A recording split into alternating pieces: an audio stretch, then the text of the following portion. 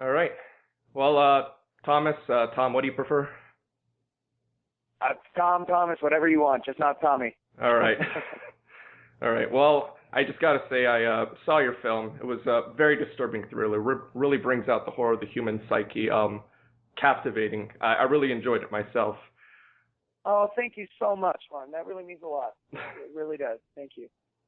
All right. Well, my first question is, we see there's a very focal presence in Jack's past and how he interacts with his present to coming back to his birth home and mother. Home is usually seen as a place of comfort, security, familiarity, and I realize that's a very interesting choice of title. Can you tell us about the film, and do you believe the idea of Jack going home could be looked more symbolically than the physical act of?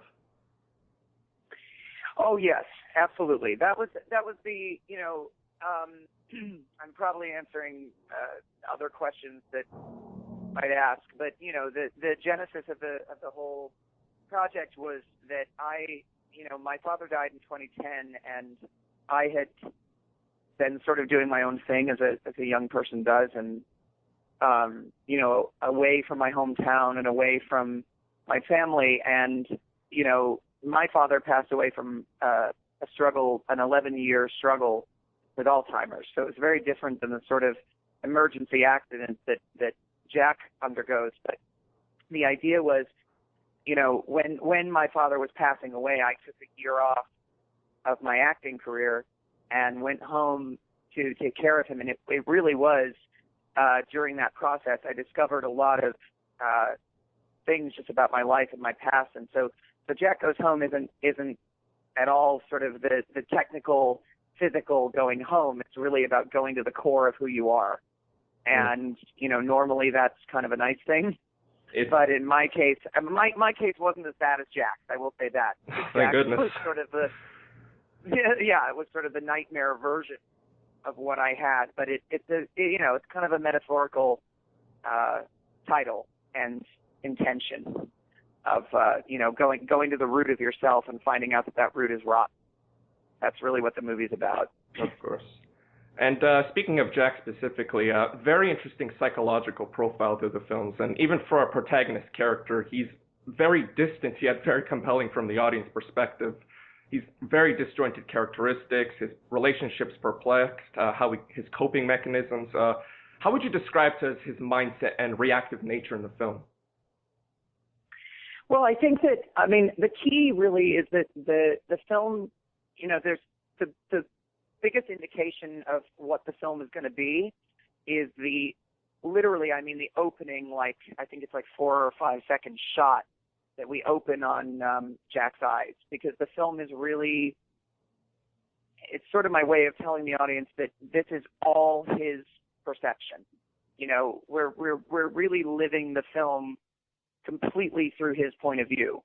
And so his sort of disintegration of everything and viewpoint, hold on, I'm sorry, I'm trying to think of a good way to say this. Take your time.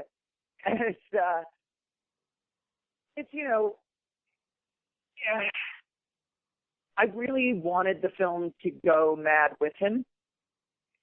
So, my goal from day one was that this is a kind of runaway train of grief. And it's sort of it starts going one way and then it veers off into another. And so his grieving process is very, very fractured, and so is the film itself.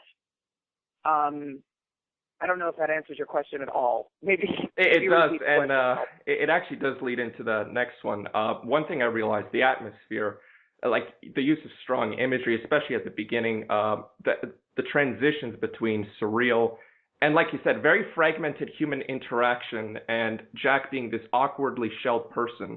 There's a really blurred line between reality, what goes on in his head, and with how the pacing is established. How do you feel your style represents the film and its identity, and do you feel your experience as an actor and knowing the process of playing a character help understand the perspective better in some way?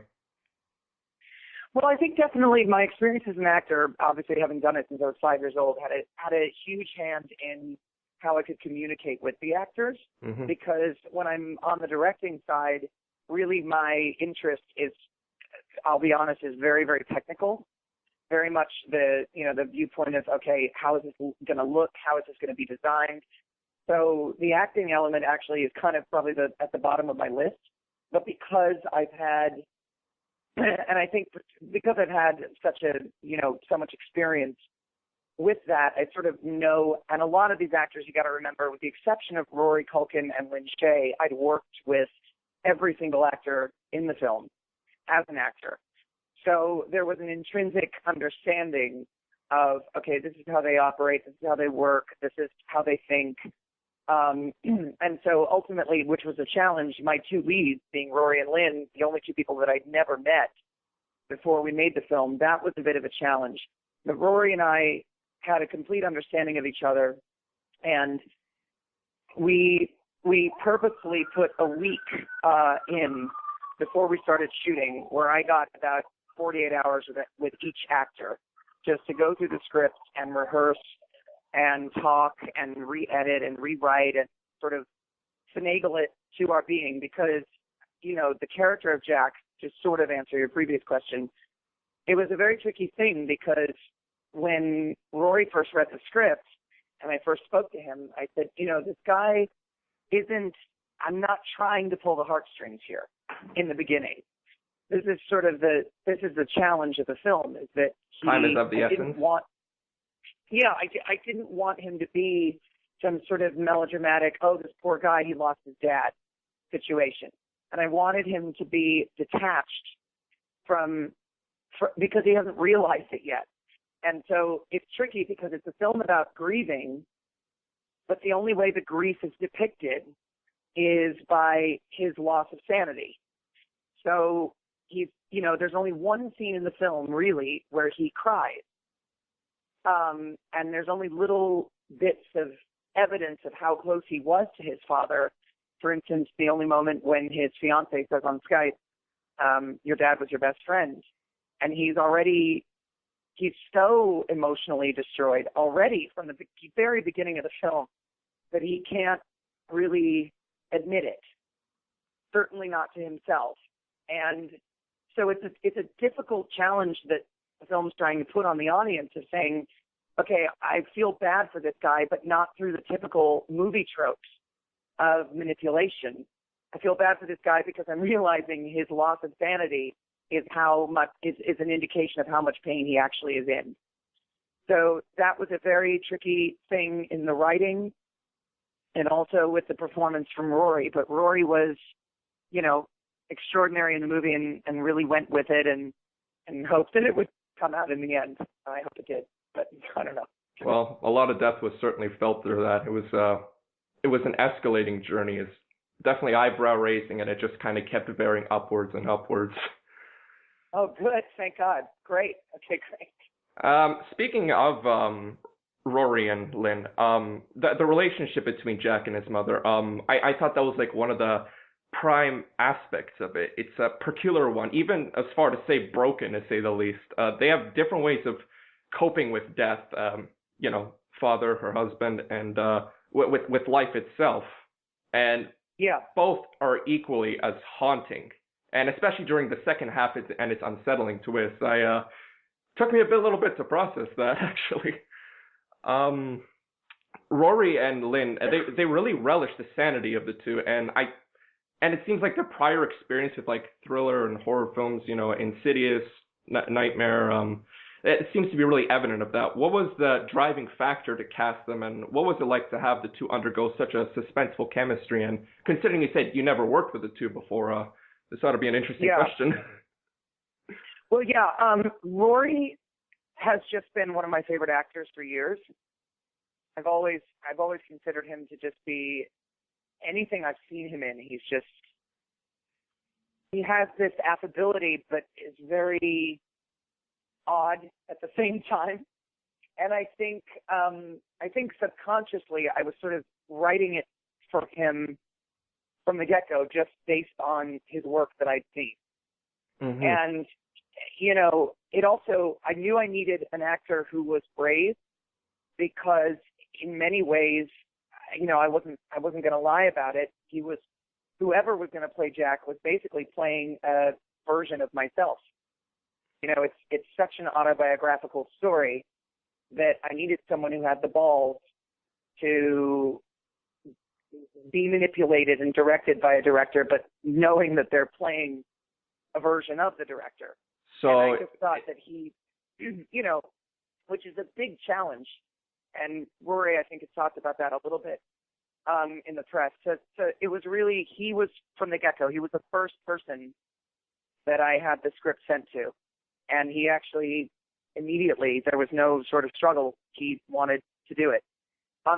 In the case of Lynn Shay, Lynn has been an actress that I've admired for years and years and years. I think she, you know, it's funny. It's like it depends on the group that you go to. On the one hand, one group will say, oh, she's the queen of comedy, like outrageous comedy. Then you go to the other hand, they're like, oh, she's the queen of horror movies, which probably shouldn't be lumped together when done well. But versatility. Yeah, exactly. She's just, you know, I always felt that she was an artist, and I felt that this was a role that she hadn't tackled before. And most importantly, I wanted a mother who felt age appropriate. And Lynn actually has a, you know, 26, 27, 28, something like that, 28-year-old son of her own. And, you know, the sort of pressures of the financiers was to cast sort of young, you know, for better or for worse of the word, young hot mom. And I was like, no, I want somebody who really feels age appropriate for Jack.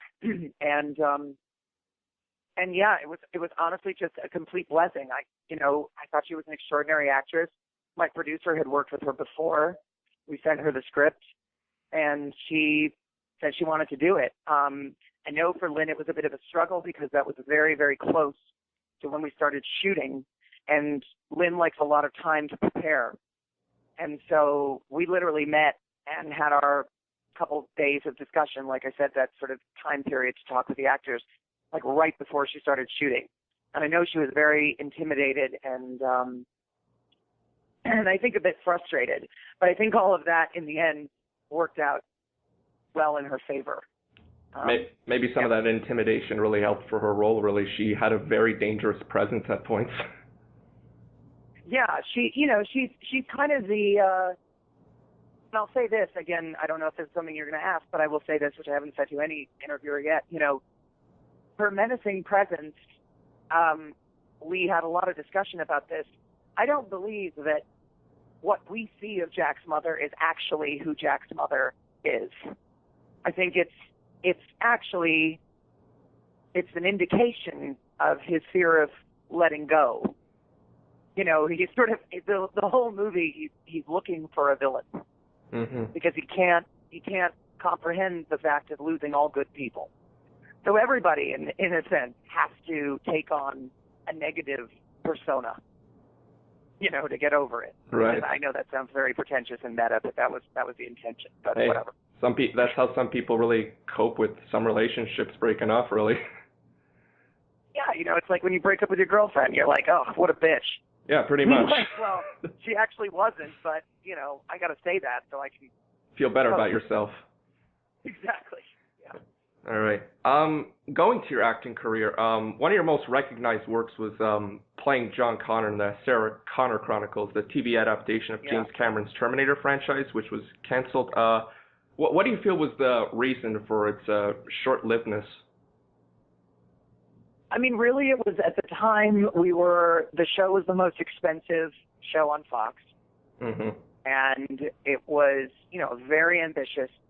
And I think there was a bit of a clash between the artistic control of Josh Friedman, the show's creator, which I think is why the show is still loved, was because it was a kind of singular vision. Mm-hmm. But I think that was a bit frustrating to the network, shelling out all this money for something they didn't really have a say in. And the viewership started to, you know, damp down. And so just, you know, kind of, it was just one of those things where it was like, at the time it was us or Dollhouse, and they chose Dollhouse. And yeah, I mean, I miss that show very, very much, and yeah, yeah. I Well, don't know what else to say. yeah, it's a real power struggle from the sound of it. Well, I'm actually leading up to this next one, and don't worry, it's actually connected to the film that you're making. I felt with the directing perspective with the last question, I felt Jack Goes Home really shows an ambience of suspense throughout, and execution was vivid. And from a personal view, I saw one of the biggest things that made the first two Terminator films such a success was their level of trepidation and intensity paced just right, almost like a thrill over its own rather than a sci-fi. Would you consider returning to the franchise again, perhaps even like directing it? Because I feel in that sense, from what I saw with Jack Goes Home, you could attribute it back to its roots in a way. Oh my God! I mean, I would love. I mean, that's like an insane pipe dream. But yes, I mean, and I have to admit, there's very, very, very few scenes, as you know, as you've seen the film, that are quote unquote action sequences. Right. But on our budget, they were, they were sort of looked at as the same scale as like cars crashing and houses blowing up and whatever, So, and that, I have to say, those were the most fun days I had of directing, because it's sort of just like overlooking rats in a maze. It's not really this sort of sensitive acting direction, but of course that's my other favorite part of it. So, I mean, thank you very much for saying that. It's an eye for tension there, but for sure, I mean, if that's sort of where you're culminating to, I mean, my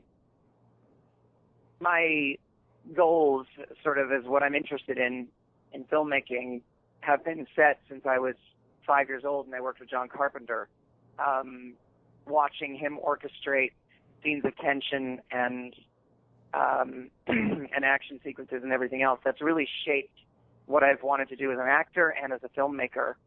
And since that day, 1994 or whatever the fuck it was, that's really been the universe of filmmaking I'm interested in. I don't think I'll ever make a comedy or a sort of rom-com or something. It's just not in my blood. I like dark, tense, psychological profile. Yeah, that's the world and I don't know really, other than that inspiration of working with him when I was a little kid, I don't really know where else it comes from. It's just sort of what I was born with. That's just sort of the outlook in film that I am drawn to. So. All right. Well, one more question, because I know Ted's going to bust my ass anytime soon. Well, it's the month of Halloween, and I figured I'd give this a decent mention. I was hoping to maybe get your thoughts on a film you were previously involved in, a specific reboot of the classic Nightmare on Elm Street film. It really split reactions from a lot of filmgoers and fans alike, and one, personal thoughts, and, well, with your perspective as a director coming off, such a successful, visually successful film to me, what do you feel could have improved that film's vision as a horror thriller film? What do I think could have been improved on that remake? Yep. It's a tricky one to talk about, because obviously I was honored to be a part of it. I think the cast, as we know, we had two, now one-time Oscar nominee, another a two-time Oscar nominee, who's still a very good friend of mine, Rooney Mara. And, I think the issue at hand with that movie can't really be thrown at the director, because the director was basically a gun for hire to make it look good, and he did that. It looked great, but it's basically like, most good films tell a story. That film was to sell a tuxedo. It's a sales movie. It's okay, we've got this idea that we're going to take, and we're going to make money off of it. So let's just do that. And there's not really, even though the intention, I know from the artistic forces behind it, were, okay, we're going to open up the mythology of Freddy Krueger, we're going to make him darker, and we're really going to actually explore the idea of child sexual abuse, and those are all the things that interested me. Of course, at the end of the day, when you have to put it in 1,000 theaters or more, obviously more, you have to shy away from those things and just make it a sellable entity. So I think, you can't really start judging the leaves of a tree if the seed is fucked. Right. And that's sort of that situation. I think if it had been, the unfortunate part is if it had been an independent film, sort of inspired by Nightmare on Elm Street, I think it could have been something really special. But in order to afford that brand, then you have to cater to the lowest common denominator, and that is, that's what happens with these remakes.